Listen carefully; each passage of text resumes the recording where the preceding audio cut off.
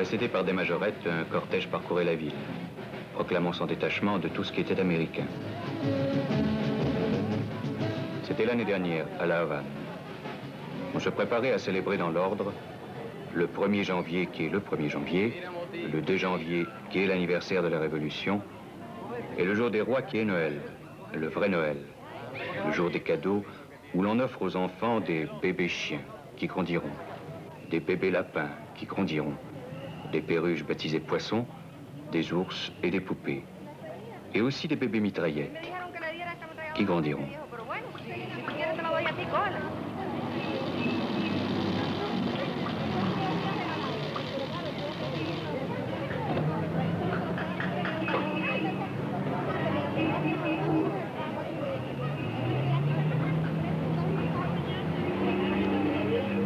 Dans la vitrine d'un grand magasin, les rois mages prenaient les commandes par téléphone. Un grand homme barbu à qui l'on peut tout demander, cela fait partie, à Cuba, du folklore. Teresita, a ver Teresita, pégate un poquito atrás a la pared. A ver, mira para acá. A ver Teresita, ¿qué tú quieres que te regale? Una muñeca. Y un juego de lotería. Una muñeca y un juego de lotería. ¿Y más nada? No es nada. Óyeme, ¿cómo tú te has portado, Teresita? Bien. Bien, ¿y has estudiado mucho? Sí. ¿En qué grado tú estás ahora? Pero estoy de casa. ¿Cuántos años tú tienes? 5. 5 años. Magnífico. ¿Y tú te comes toda la papa, Teresita? Sí. ¿Sí? ¿Y tú tienes más hermanitos? ¿Cuántos hermanos tú tienes? ¿Eh? ¿Cómo te llamas, viejo? Jorge. Jorge. 8 años. 8 años. ¿Estás en la escuela? Sí. ¿Qué grado estás? En segundo. Oye, ¿qué tú quieres que te regale? Un tren. Una escopeta. Una ametralladora. Una muñeca grande bailarina. Con una bicicleta y 2 muñecas. Un portaavión. Una ametralladora. Una escopeta. Una muñeca. Un portaavión. Or, les adultes aussi avaient leur roi mage.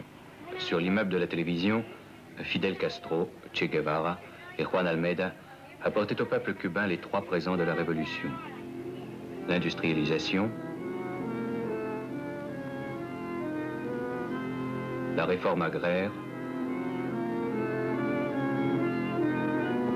et l'alphabétisation. Sur 6 millions de Cubains, un quart ne savait ni lire ni écrire. 1961 serait l'année de l'éducation. Chaque Cubain lettré devenait responsable de chaque Cubain illettré. Cette notion nouvelle de responsabilité, l'Église catholique tentait de la reprendre à son compte. Cet enfant sera croyant ou athée, cela dépend de vous. À quoi la Révolution répondait, cet enfant sera un patriote ou un traître, cela dépend de toi. Cela se passait à La Havane, cette ville américaine, ce concentré d'Amérique, greffé sur la peau cubaine comme un vaccin. La Havane, où les hôtels casinos n'ont pas de 13e étage, souvenir des temps pas si lointains où le jeu était ici la principale industrie, avec la prostitution et une variété publique du cinéma clandestin.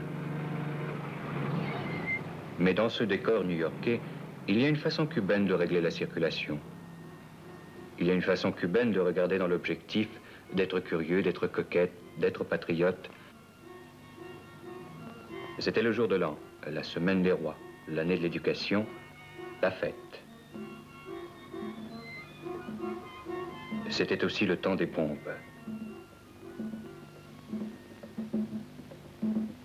Un grand magasin avait brûlé. La foule se rassemblait, commentait, interprétait.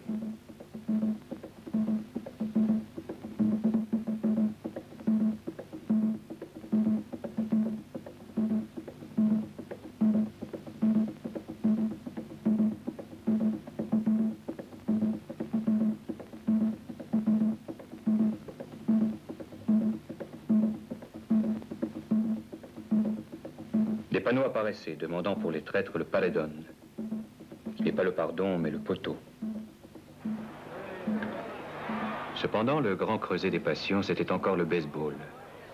Fidel Castro lui-même y avait mené à la victoire l'équipe des Barbudos. À côté des slogans révolutionnaires, des affiches touristiques, rappelait que l'Amérique était à moins d'1 heure de vol.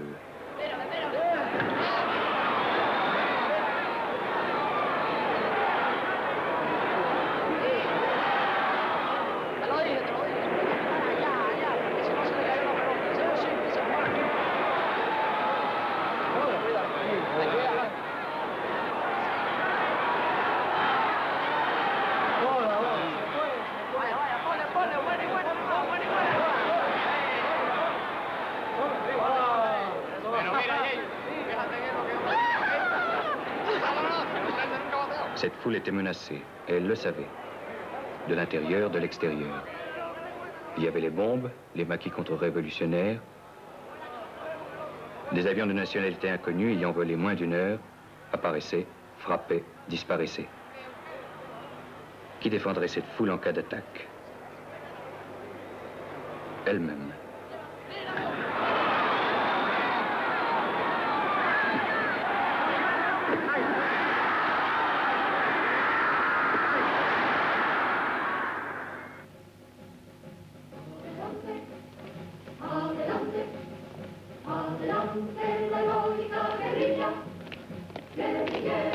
Les miliciens en route pour le défilé du second anniversaire, à l'aube du 2 janvier, n'étaient pas des soldats. Ils étaient les spectateurs du baseball, les promeneurs du jour des rois. Fidel Castro allait leur dire des choses qu'on n'a pas l'habitude d'entendre les jours de défilé militaire. Nous n'aimons pas les parades. Nous n'aimons pas la guerre. Nous vivons dans un monde où il faut se défendre et nous saurons nous défendre. Mais nous aimerions mieux nous passer de canon et voir défiler des gymnastes.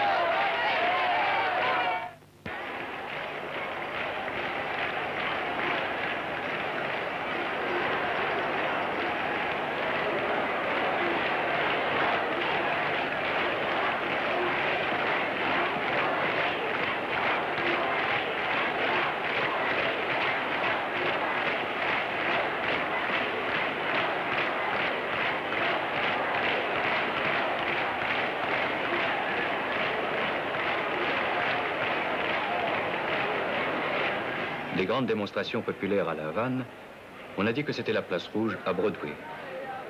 Mais au cœur de la foule, les images devenaient plus précises. Tout était cubain dans cette célébration. Le bruit, la beauté des filles, et jusqu'à une façon cubaine de peler les oranges à la machine qui ajoute des serpentins à la fête. Jusqu'aux étudiantes, volontaires pour la campagne d'alphabétisation, et qui existent en 3 parfums. Espagnol, la noire et la mulâtresse belle comme une éclipse. Jusqu'à une façon cubaine de boire l'eau fraîche ou le Coca-Cola nationalisé.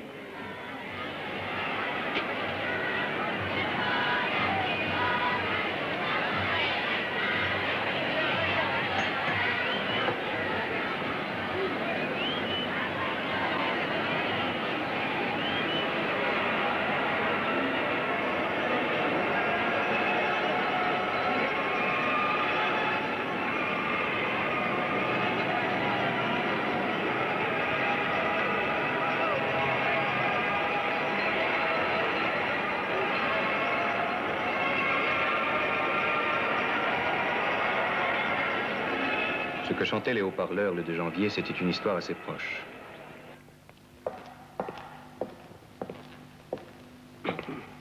Deux ans d'histoire et au-delà, une préhistoire un peu légendaire, où apparaissaient des inconnus généralement barbus. El Che, Raoul, Camilo, ou encore un jeune avocat devenu chef de maquisard, un peu mal à l'aise devant la caméra, ça devait lui passer, et qui s'appelait Fidel Castro. 12 hommes au début, survivant d'un débarquement plutôt risqué. Puis d'autres hommes, d'autres femmes les rejoignent. Un maquis s'organise dans la Sierra Maestra, la plus grande région montagneuse de l'île. Il faut communiquer, subsister, s'armer.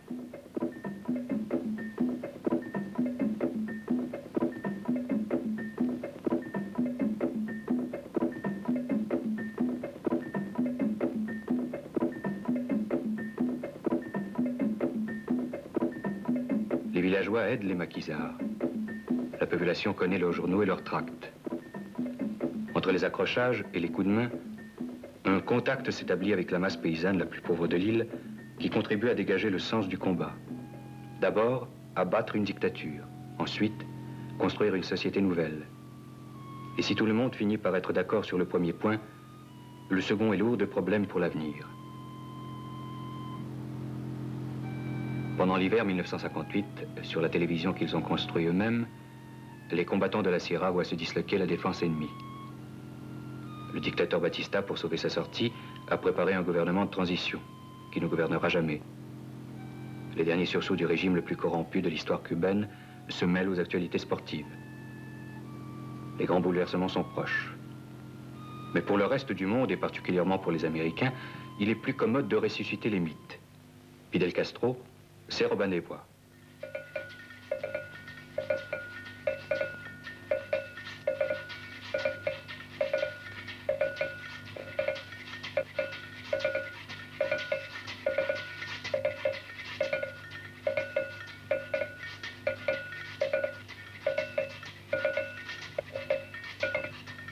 C'est peut-être Robin des Bois. Seulement prendre aux riches et donner aux pauvres au siècle où nous sommes ne consiste pas forcément à attaquer les diligences.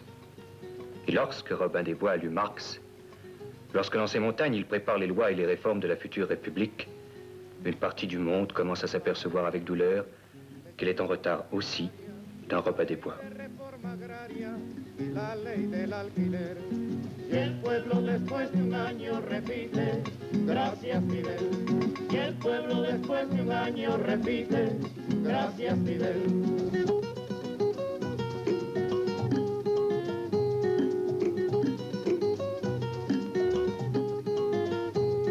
Y una ley tras otra ley, leyes para los de abajo, para el hombre sin trabajo, muerto de hambre en el batey. Y el pueblo después de un año repite, gracias Fidel. Y el pueblo después de un año repite, gracias Fidel.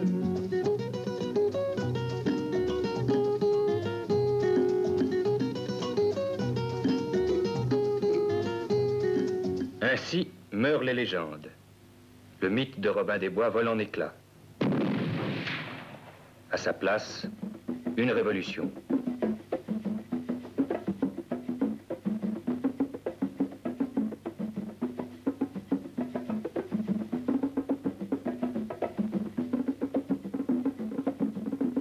Du travail pour tous, la terre à ceux qui la cultivent, les logements à ceux qui les habitent et des maisons pour ceux qui n'en ont pas.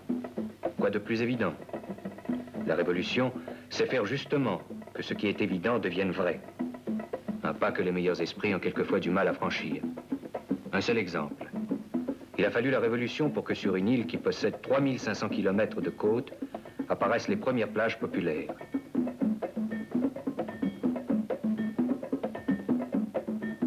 La révolution, c'est aussi trouver de nouvelles ressources, de nouvelles industries. Par exemple, celle du crapaud buffle, que Gatti n'a pas inventé. C'est même la seule chose qu'il n'a pas inventée et qui sera le crocodile du pauvre. Mais la révolution, c'est avant tout éduquer. De l'alphabet à la poésie, c'est un immense effort pour que la culture aussi appartienne à ceux qui l'enracinent.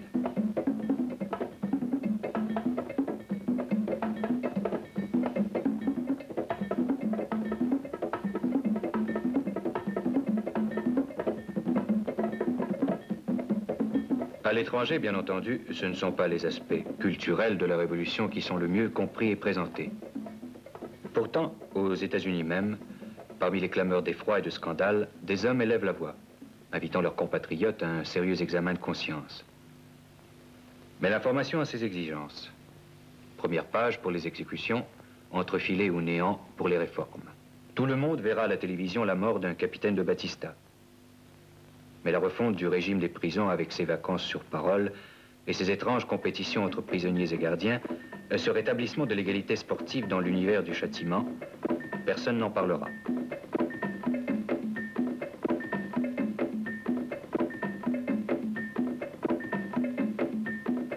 Castro a trahi la révolution, dit le département d'État.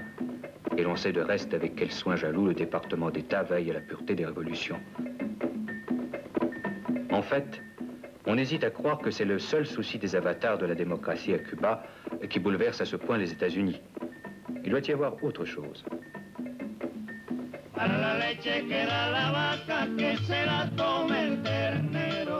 Para la leche queda la vaca que se la tome el ternero. Que se acaben de marchar es lo que más nos conviene. El que menos bultos tiene goza de más claridad. Para la leche queda la vaca que se la tome el ternero. Para la leche queda la vaca que se la tome. L'Église également prend position. Pour elle, Castro est un dictateur, c'est tout dire. Mais même sur ce point, la situation ne doit pas être si simple. Aparte esto, que puede ser tener un acento emocional, personal, pienso que la revolución cubana trae al país una nueva nación, una nueva patria, unas nuevas esas sociales. La reforma agraria, la reforma urbana, la socialización de las grandes empresas nacionales y extranjeras son los tres soportes en los que se apoya la revolución cubana. Y estas estructuras, que han de ser permanentes, van a cambiar la faz de la nación, van a dar prosperidad a la nación, van a industrializar al país, le van a dar sobre todo independencia económica, sin la cual no hay independencia política. Y, en definitiva, se están resolviendo ya los graves problemas sociales de Cuba. El problema de la vivienda, el problema del desempleo, el problema de la sanidad en el campo y el problema de la educación. Y esto se está haciendo sin lesionar ni herir a la dignidad de la persona humana, forzando un poco, violentando un poco la haraganería o los vicios ciertamente que había en el país, pero entiendo que eso es acertado y es cuerdo. De modo que, debido a estos inmensos beneficios que la revolución cubana trae al país y que están mucho más cerca del auténtico cristianismo social que el sistema que teníamos antes. Avant, c'est-à-dire sous Batista et son entourage de gangsters autochtones ou importés. Ce temps où le jeune avocat Castro sort de prison après avoir, dans une retentissante plaidoirie, fixé à la révolution future ses buts et son esprit. Mais qui est Castro? Entre le rebelle sans cause et le chef de partisans, entre le fils de grand propriétaire, élève des jésuites, et le fondateur de la première république socialiste d'Amérique, comment s'est opérée la métamorphose?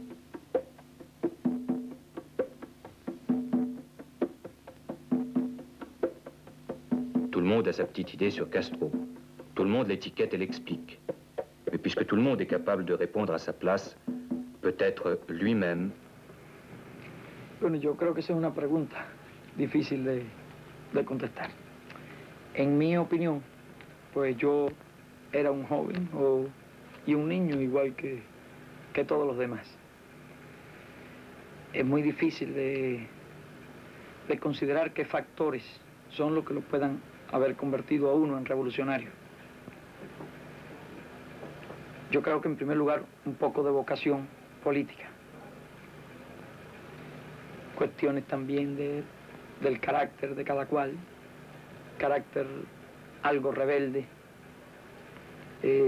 una tendencia natural hacia las cosas, hacia la justicia, oposición innata a todo lo que a uno le parece injusto o inmoral.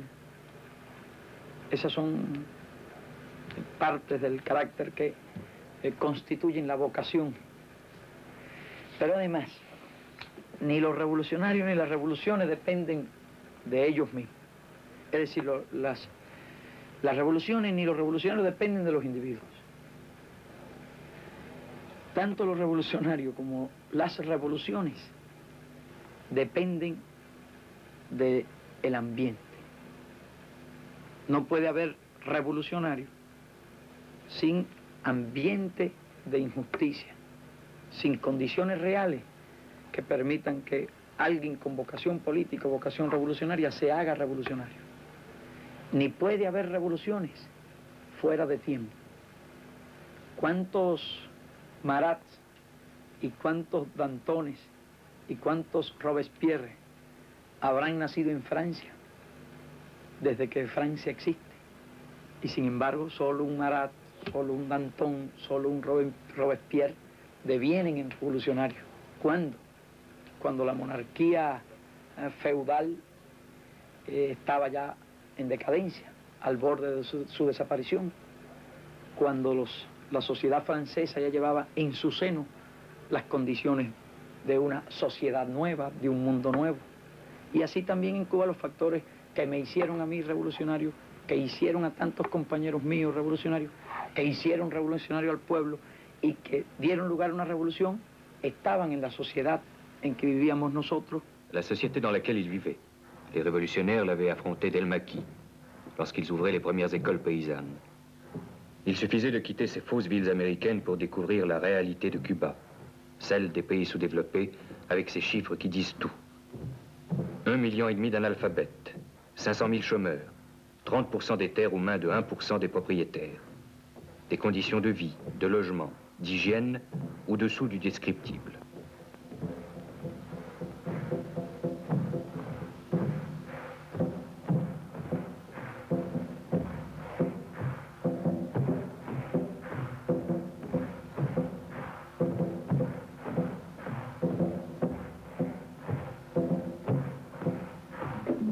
L'autre pôle de cette société, le voici.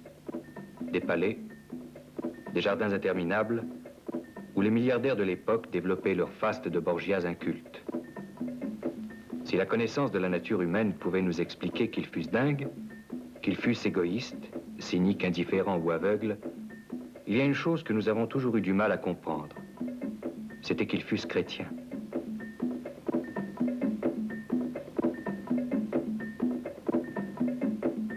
Ici, entre la croix, les nymphes et les satyres, un peu métissés de magie noire, venaient se délasser les rois du tabac, les empereurs de la canne à sucre. Ici, rien ne troublait leurs rêves, rien ne se passait. Ailleurs, des choses se passaient. Des enterrements, par exemple. Ceux des victimes de la dictature. 20 000 en 6 ans, massacrés, torturés, quelquefois castrés par la police de ce Batista, qui devait déclarer après les événements d'avril 61.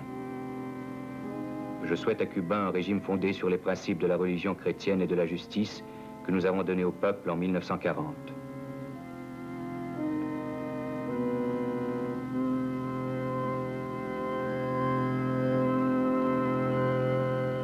La résistance qui s'organisait allait renouer avec la tradition de colère populaire que Cuba avait déjà connue en 1933 après une autre dictature. Alors trahi par des gouvernements faibles ou corrompus, la volonté de résistance avait d'échec en échec conquis les raisons de sa victoire.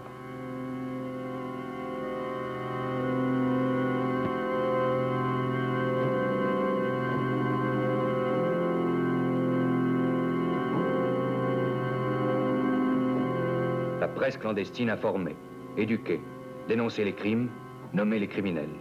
À son tour, la résistance frappait, on barrait des noms sur la liste. Et là-haut, dans la Sierra Maestra, se forgeait la révolution. Mais dans les jardins enchantés, rien ne se passait. Tout y était luxe, calme, parfois volupté. Puis, ce fut l'été 58.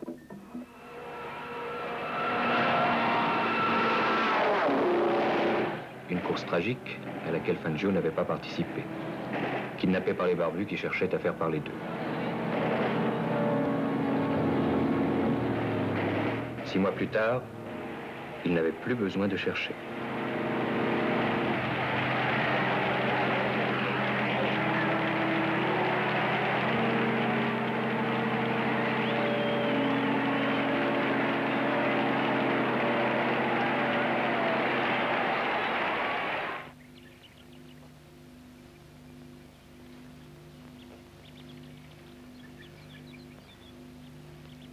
Le 1er janvier 1959, Batista s'enfuit. Il laissait à Colombia, dans sa cité interdite, la crèche qu'il avait fait construire pour ses enfants et dont nous avons retrouvé 2 ans plus tard les personnages en ruine. le dictateur demandait et obtenait le droit d'asile aux États-Unis, où il se retirait avec une fortune évaluée à 300 millions de dollars. La seule chose qui restait debout en ce jardin, c'était une statue, celle d'un bébé Napoléon. Tout autour, les miliciens montaient la garde. Pour la première fois en 5 siècles, Cuba appartenait aux Cubains.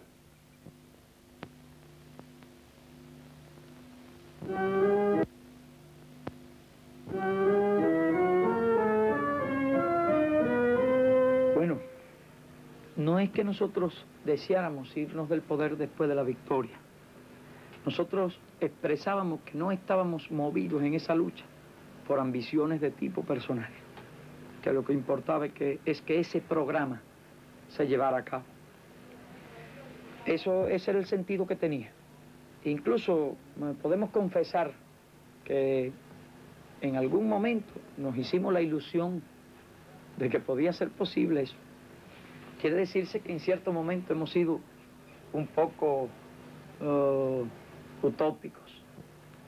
Y yo le confieso sinceramente que en los primeros días del triunfo de la guerra, después de la guerra, hubo momentos en que nosotros estábamos casi completamente marginados del gobierno.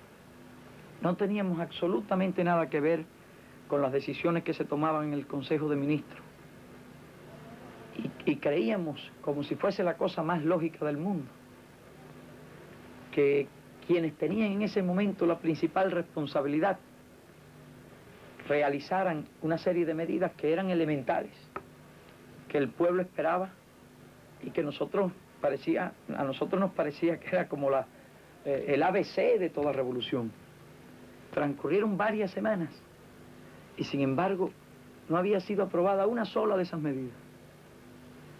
Aunque nosotros hubiésemos deseado marginarnos, aunque no hubiésemos tenido vocación de gobernantes, y hubiésemos querido marginarnos, no habríamos podido hacerlo. Le pays qu'il leur appartenait de gouverner du jour au lendemain était cette île des Antilles où Christophe Colomb débarqua le 27 octobre 1492, persuadé d'être aux Indes. On voulut lui représenter qu'il avait découvert l'Amérique, mais il s'écria « India si, no » et nul ne put jamais l'en faire démordre. À l'arrivée des Espagnols, Cuba était peuplé par les Indiens Cibones. À leur départ, il n'en restait plus. Ceci malgré les efforts du père de Las Casas et de quelques religieux protecteurs des Indiens qui, remarquant en outre que le travail d'un nègre valait celui de 4 Indiens, favorisèrent l'importation d'esclaves africains.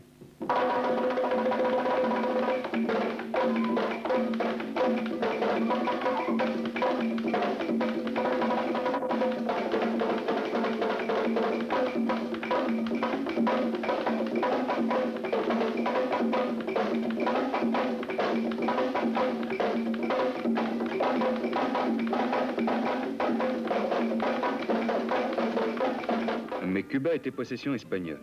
Elle le serait jusqu'au début de ce siècle.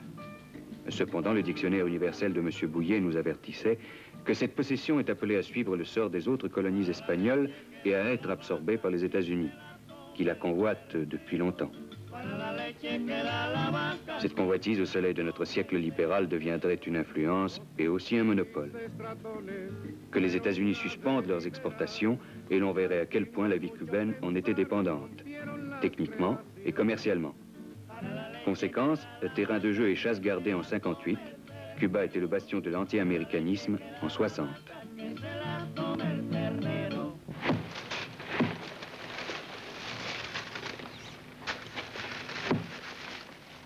La canne à sucre est la meilleure et la pire des choses. D'un côté, c'est une hydre bienfaisante. On la coupe et elle repousse jusqu'à 20 fois.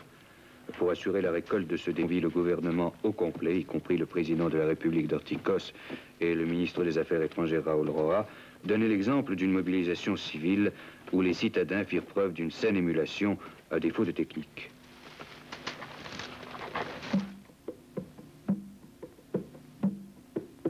Mais la canne à sucre, c'était aussi un piège pour Cuba. Dans cette terre fabuleusement riche où l'on peut tout faire pousser, l'influence étrangère avait fait proliférer monstrueusement la culture de la canne. Au lieu de répondre à la diversité de ses besoins par la diversité de ses produits, Cuba était en proie à un cancer du sucre. De plus, le système du quota faisait absorber toute cette production par un seul marché, celui des États-Unis, ce qui, sous une apparence favorable, revenait à mettre l'économie cubaine dans la dépendance absolue d'une économie étrangère. Lorsqu'il devint bien évident que Cuba voulait se soustraire à cette dépendance, les États-Unis ripostèrent par le blocus économique et la suppression du quota. Donc, Castro entreprit de vendre son sucre aux pays de l'Est. Donc, on l'accusa de s'être vendu aux Russes. C'était l'une des deux accusations de base. L'autre était l'absence d'élection. Et l'on pouvait en effet s'étonner que Castro ne fît pas sanctionner dans les formes une popularité éclatante. Nous lui avons posé la question. Eso parecería difícil de comprender en algunos países si no tienen en cuenta que nuestro país había sido engañado durante 60 años por unas farsas que llamaban elecciones. Es decir, por una pseudodemocracia, por una falsa democracia que también ha estado engañando a los pueblos de América Latina durante siglo y medio, sin haber resuelto jamás, que han servido para llevar al poder a toda clase de hombres mediocres, de políticos ambiciosos y ladrones, de servidores de los intereses creados. Llegará el momento oportuno en que la revolución como proceso dinámico que es hoy, como proceso que destruye lo viejo y construye lo nuevo, vaya institucionalizándose. Ni nosotros somos eternos, ni el minuto que vive la revolución es eterna. Es decir, que llegará un momento en que todo el nuevo orden que la revolución crea vaya adquiriendo carácter institucional y que esa democracia esencial y real vaya creando también formas nuevas. Primero, una sociedad que nace y después esa sociedad cobrará forma institucional. Esa democracia nueva cobrará forma institucional. Y sin embargo, por ejemplo, los franceses debieran ser los primeros en comprendernos a nosotros, porque los franceses tienen una elección casi todos los años, o municipal, o nacional, o para presidente, o para diputado. Es decir, que posiblemente ningún país del mundo haya tenido en la mitad, en estas 6 décadas de este siglo, más elecciones que Francia. Y sin embargo los franceses están descontentos.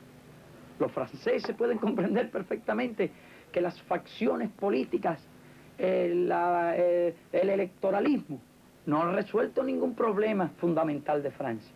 A veces ocurre que las clases dominantes se aburren de las elecciones y entonces van hacia el fascismo. Hacia el fascismo. Ahora, lo que ocurrió en Cuba fue una revolución que va hacia el socialismo y de la cual revolución surgirá un régimen y una vida social nueva que a su vez institucionalizará, para no darme por vencido, ese nuevo orden legal donde los pueblos serán en realidad los que cuenten. Mientras tanto, nosotros tenemos una elección aquí todos los meses, pero es una elección en la plaza pública. Tenemos una especie de democracia ateniense.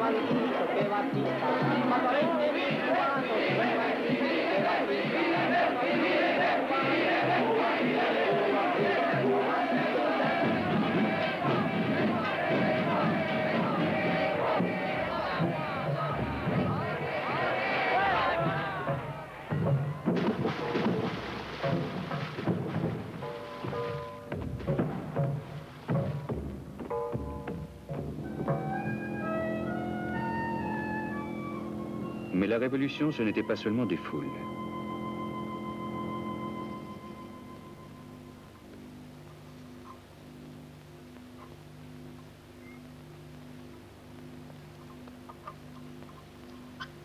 Dans la vallée des Deux Sœurs, près de Vignales, sur une muraille striée comme une illustration de Jules Verne, que faisait cet alpiniste harnaché, casqué et bondissant?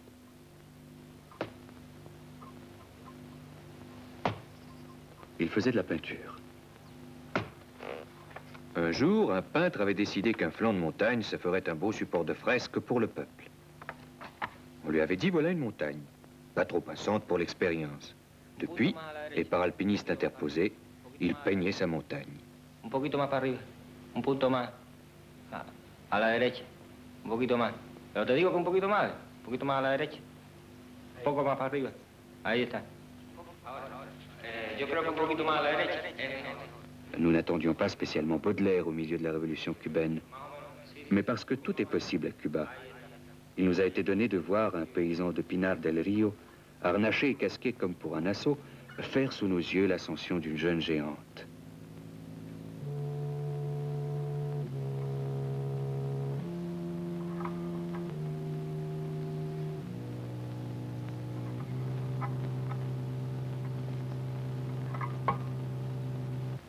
Ce fut un jour de vacances. Sous forme de montagne peinte ou de centre touristique sur pilotis, la révolution est évidemment moins trépidante que dans les coopératives ou les bureaux de l'Institut du cinéma. Ce fut une pause, une journée propice aux découvertes les plus folles. Que le bonheur est le bonheur, que la vie est la vie. L'odeur des pins de la Guira, les voix des filles, parmi les escaliers de bois et les cabanes qui dorment debout sur leurs quatre pattes comme des échassiers, c'était l'étoffe dont se composent les moments qu'on a peur d'oublier. Les veilles de guerre, le dernier jour de vacances. La rentrée était toute proche et la guerre n'était pas loin.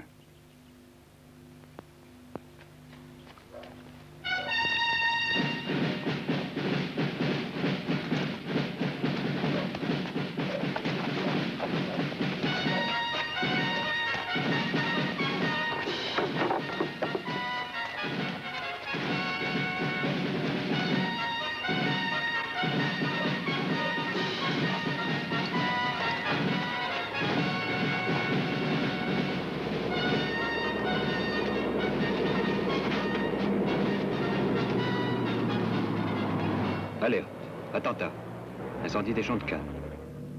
Tout cela n'était possible qu'en fonction d'une autre menace, plus grave.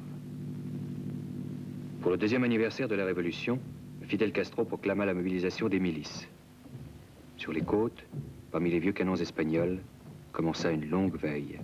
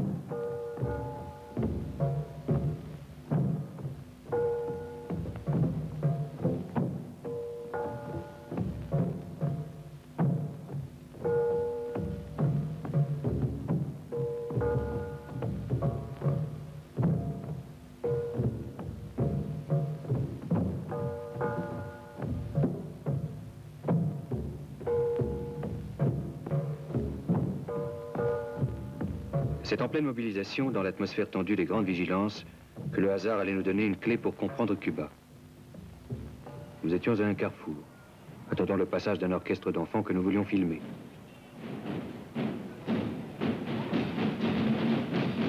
La matinée était assez lourde. La nuit précédente, un violent incident aérien avait précisé les inquiétudes. Les gens autour de nous n'avaient pas l'air particulièrement dionysiaques.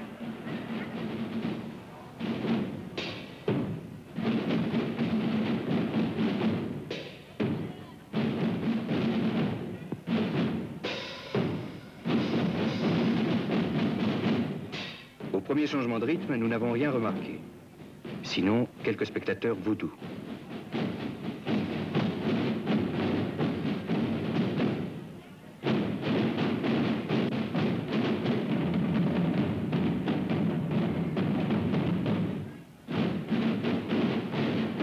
Au second changement de rythme, quelque chose déjà s'allégeait autour de nous.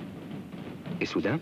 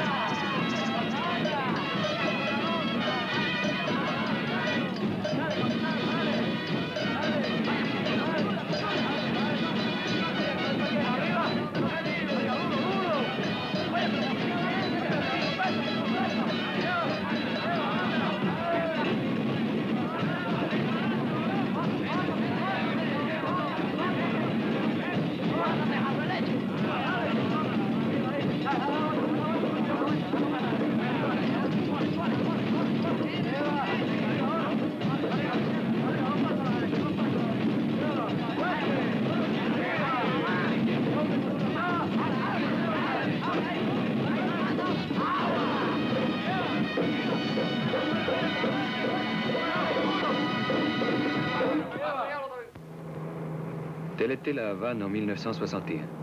Mitrailleuse sur les toits et conga dans la rue. Dans le reste du monde, la vie suivait son cours normal.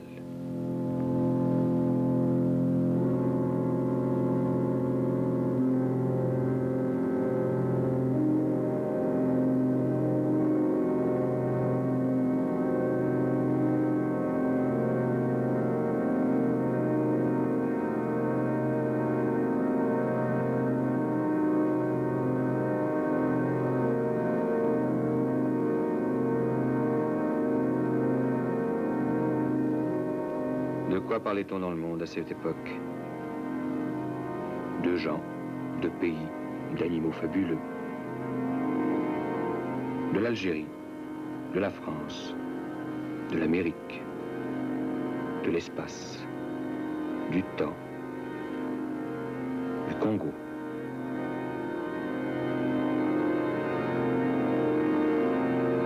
Du Laos.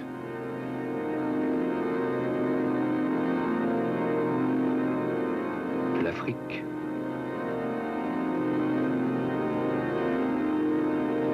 Et des formes que prendraient dans la deuxième moitié de ce siècle la violence et la prière.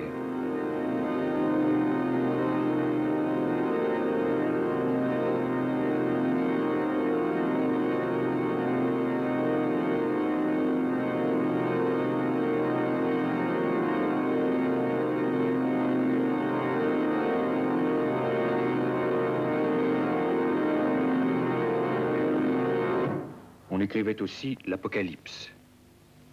C'était le livre le plus cher du monde. C'est alors qu'on s'est mis à parler dans le monde, également, de Cuba. Commentant la situation, M. Dean Rusk, secrétaire d'État américain, a déclaré au cours d'une conférence de presse, les États-Unis n'interviendront pas. Ce qui se passe actuellement dans ce pays, a-t-il ajouté, n'est pas une affaire entre les États-Unis et Cuba, mais bien une affaire entre la dictature de Fidel Castro et les Cubains. Lorsque la radio, ce 17 avril, annonce que l'attaque contre Cuba est lancée, la première parade de la mémoire est de retourner à La Havane, de refaire à n'en plus finir cette dernière promenade. Alors les slogans ne sont plus des mots empaillés. Ils sont les oracles qu'une main a tracés sur les murs.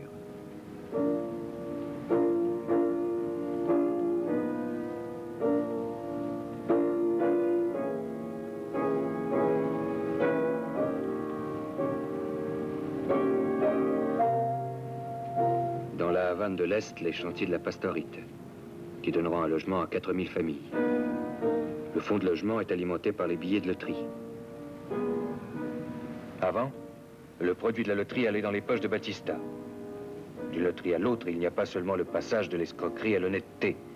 Il y a le passage d'un monde à un autre monde. De monde où l'argent ne joue pas le même rôle, c'est tout. Et ce que ne savent pas les Américains candides qui, le jour même du débarquement, entreprennent d'acheter des terrains à Cuba, c'est que ce passage est irréversible. Mais nous, à 8000 km de là, nous n'avons derrière nous que le souvenir et la confiance. Et devant nous, que les fausses nouvelles.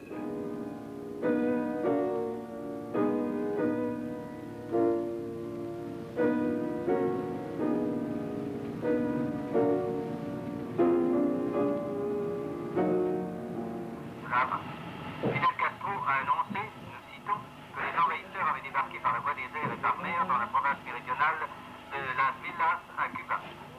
Province de Las Villas, marais de Zapata, Playa Girón, lagune du Trésor. C'est ici que s'est produit le débarquement.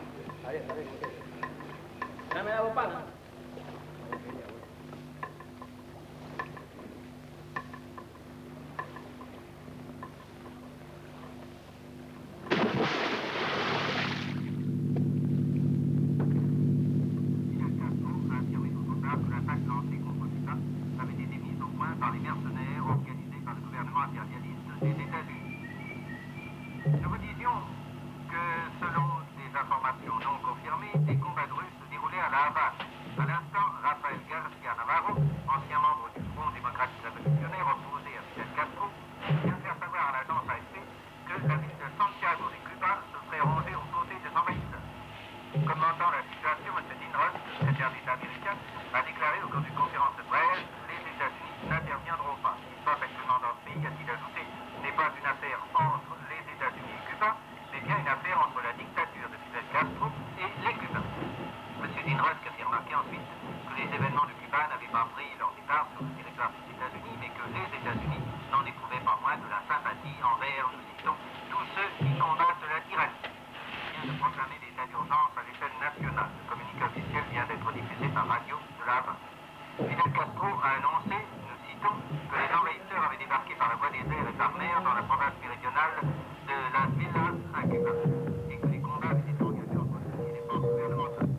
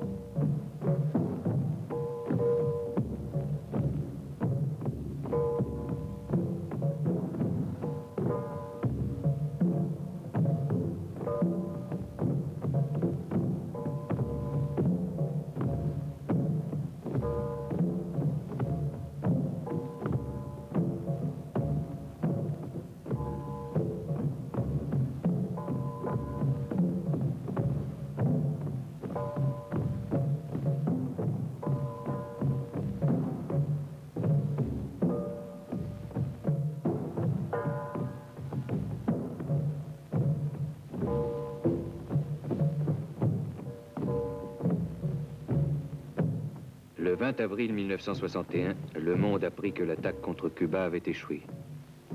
Le monde apprit du même coup que le peuple cubain tenait à sa révolution, qu'il était prêt à la défendre. Nous nous serions fait un plaisir d'annoncer ces nouvelles au monde, s'il nous l'avait demandé.